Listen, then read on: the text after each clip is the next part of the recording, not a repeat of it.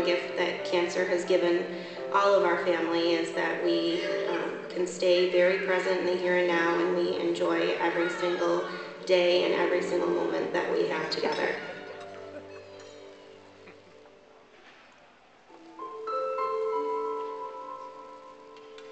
As early as I can remember, I just knew that I was going to be with Jen. We've always said we're old spirits together. I don't know if it's the time we've known each other or what, but she was who I was put here to be with. That was brought to a screeching halt, essentially, in our late 20s with the news that, with what we had with her cancer.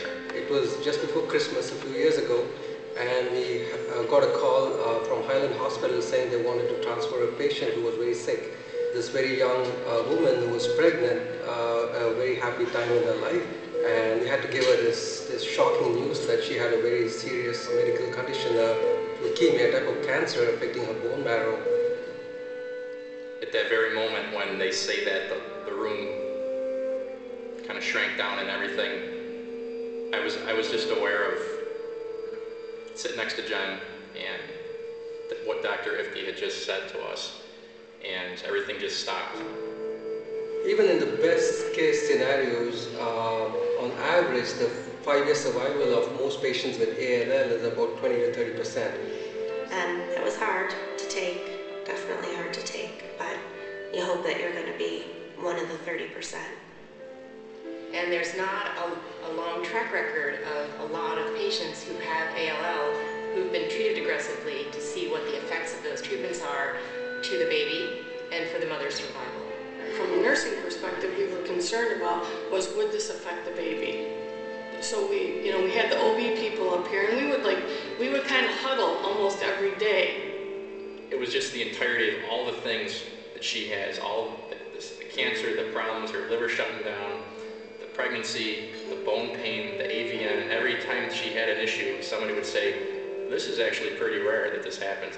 And that's where I think being in a place where we have many different specialties that can contribute to a patient's care came in really useful. Not just hematology, not just OB, but infectious disease, pain service. For all of the different disciplines that we have at our disposal, she was able to benefit from. You know, you think cancer, you think chemotherapy, radiation, some pills, your hair falls out. It's just all the nitty-gritty in between, the people coming and getting your blood 6-7 times a day and putting in lines and access points so you can receive medicine. When she had her liver failure from her treatment, that's the time that I really felt that things were kind of touch and go. And I wanted to present the best possible front to that, and internally I was terrified. And in the midst of all this, Jennifer went into labor. Within about 10 seconds, I think there were probably 20 people that rushed into the room and yelling and screaming all of these things to roll this way and roll that way, injections of this and shots of that. And the moment that Noah popped out, the NICU people were in the room, and she's in liver failure, she's yellow, she's jaundiced, horrible reactions to some chemotherapy agents that are destroying her liver, and all of a sudden there's my son. And he was amazing. He was 2 pounds 7 ounces, and he was intubated and pulled out his tubes immediately, and from that point I knew that he was going to be a little fighter.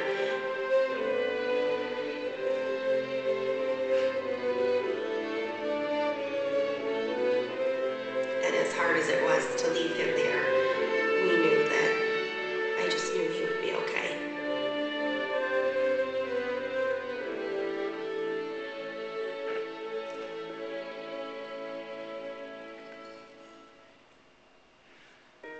Jen is probably one of the strongest people I've ever met, but also she's so normal, for lack of a better word, after everything she's gone through. She still, enjoys every day and tries to not let what she experienced, affect her, other than she's grateful for every day.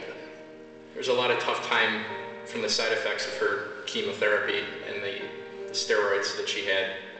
It was a crisis, and we knew, and Dr. Ifke Cruden was very honest in saying, it's a 20 to 30% survival rate. She always said, I can make this miserable and I can cry every day, or I can make this as happy a time as I can, and that's what she did. Not only did she have a premature baby and battled and successfully got a remission from her ALL, but she also had to have both of her shoulders replaced and both of her hips replaced. You wouldn't know that unless you were close to her. You wouldn't know that she can't lift her baby over her head. You wouldn't know that she has a hard time putting her sweater on because she can't bend her arm back. It hasn't stopped her. I mean, she has adapted and figured out a way to get around all of it, and the average person would never have any idea that she has any of those limitations.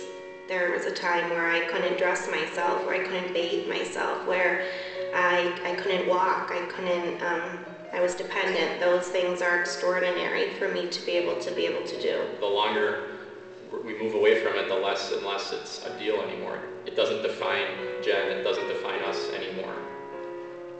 So it's a new normal. It's getting used to doing things a different way, accepting the things that have happened to you in the past, and moving forward in the future and making that future the best that it can be. As she's gone through her experience with leukemia, and it's her resilience and her very happy-go-lucky view of life, that if any given day is a tough day, tomorrow will be a better day. And there are many things that are so much better. Like the relationship she and Greg have, I mean, I think that's probably a lot of the reason why she survived what she survived.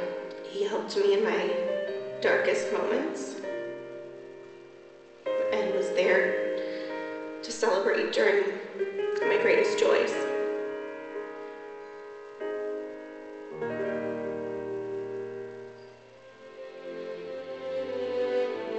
And she was bound and determined that she was going to survive it. She was going to beat it. And I know what a great inspiration she's been to other people with cancer. And the fact that she has now another baby is another miracle. So we have 3 miracles: Jennifer and Noah surviving, and Ellie.